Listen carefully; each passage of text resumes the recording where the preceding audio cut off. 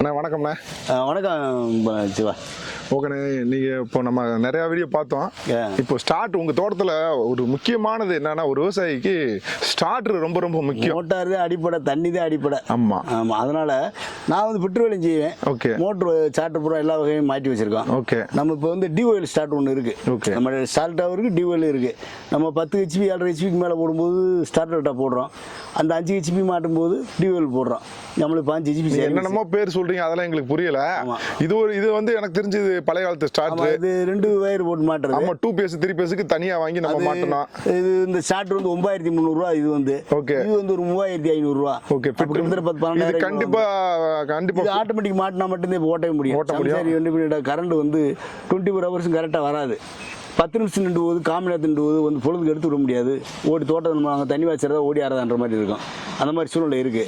அதனால் இது இப்போ லேட்டஸ்ட்டாக இப்போ இந்த டியூஎல் ஸ்டார்டர் ஒரு லேட்டஸ்ட்டான ஒரு ஸ்டார்டர் இது.